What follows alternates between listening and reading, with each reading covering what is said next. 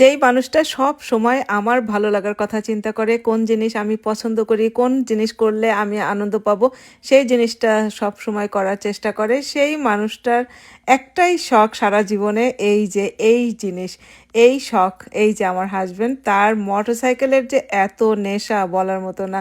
সে একটা মোটরসাইকেল কিনছে, কেনার পরে এখন ওই মোটরসাইকেলটা টানা 3 বছর 4 বছর ধরে চালাইতেছে। এখন তার শখ হয়েছে সে আরেকটা মোটরসাইকেল নিবে, ওই মোটরসাইকেলটা ট্রেড করে। আমি বলবো না যে আমাদের অনেক টাকা আছে, আমরা 2টা 3টা মোটরসাইকেল আমাদের গ্যারেজে রেখে দিব।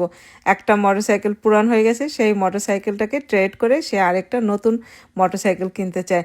এই যে দেখেন, এত সুন্দর সুন্দর সব মোটরসাইকেল আমি একদমই পছন্দ করি না। আমি এর ভিতরে সৌন্দর্যের কিছুই চোখে দেখি না। আর এই যে আমার দেবর আসছে বাংলাদেশ থেকে আমেরিকাতে, আমার দেবর আসার পরে তো দেবরেরও মাথার ভিতরে এই মোটরসাইকেলের নেশা। সাথে আবার এখন যুক্ত হয়েছে আমার যা নিজেও মোটরসাইকেল চালাতে পারে, তারা সবাই মোটরসাইকেল রাইডার। যাই হোক, এই যে দেখেন, আমার হাজব্যান্ডকে আমি বলতেছিলাম এই মোটরসাইকেলটাকে তোমার কাছে অনেক পিচ্ছি পিচ্ছি লাগতেছে, কারণ মোটরসাইকেলটা আসলেই অনেক ছোটোখাটো।